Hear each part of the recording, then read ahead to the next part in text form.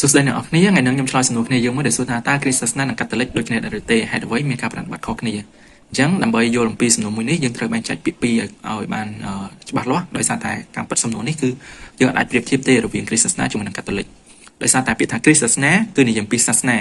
ដែលជាប្រព័ន្ធនៃការគោរពប្រតិបត្តិព្រះតាមរបៀបរបបរៀងៗខ្លួនឧទាហរណ៍ដូចជាយើងគ្រីស្ទសាសនាពុទ្ធសាសនាអ៊ីស្លាមសាសនាអញ្ចឹងពាក្យថាសាសនាវាផ្សេងប៉ុន្តែឯជាពាក្យថាកាតូលិកគឺជា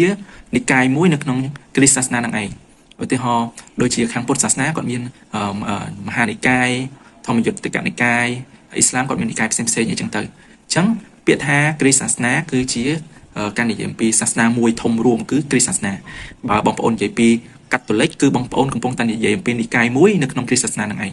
ហើយមួយទៀតនៅកម្ពុជាយើងមានការយល់ច្រឡំមួយចំនួនដោយសារតែបងប្អូនគ្រីស្ទបរិស័ទនិកាយមួយចំនួនគាត់អត់ហៅខ្លួនឯងជាគ្រីស្ទបរិស័ទឬក៏អត់ហៅខ្លួនឯងទៅតាមនិកាយទេគាត់ហៅខ្លួនឯងថាជាគ្រីស្ទៀនដែលប្រើភាសាអង់គ្លេសតែតាមពិតយើងមានពាក្យខ្មែរមួយដែលយើងហៅថាគ្រីស្ទបរិស័ទគឺអស់អ្នកដែលកាន់គ្រីស្ទសាសនាអញ្ចឹងក្នុងនាមខ្ញុំជាកាតូលិកខ្ញុំអាចនិយាយថាខ្ញុំជាគ្រីស្ទបរិស័ទកាន់និកាយកាតូលិកបើហ្នឹងខ្ញុំបញ្ជាក់អំពីនិកាយរបស់ខ្ញុំតែជាទូទៅយើងនិយាយខ្លីៗដើម្បីឲ្យកុំឲ្យច្រឡំជាមួយបងប្អូនគ្រីស្ទបរិស័ទផ្សេងៗយើងតែងតែហៅនិកាយរបស់ខ្លួនឯងឧទាហរណ៍ខ្ញុំកាតូលិកបងប្អូនអូតូដុកបងប្អូនប្រូតេស្តង់អីចឹងទៅអញ្ចឹងបងប្អូនទាំងកាតូលិកទាំងអូតូដុកប្រូតេស្តង់អីក៏ដោយសុទ្ធតែជាគ្រីស្ទបរិស័ទដែលកាន់គ្រីស្ទសាសនាគ្រាន់តែពួកគាត់កាន់និកាយផ្សេងៗគ្នា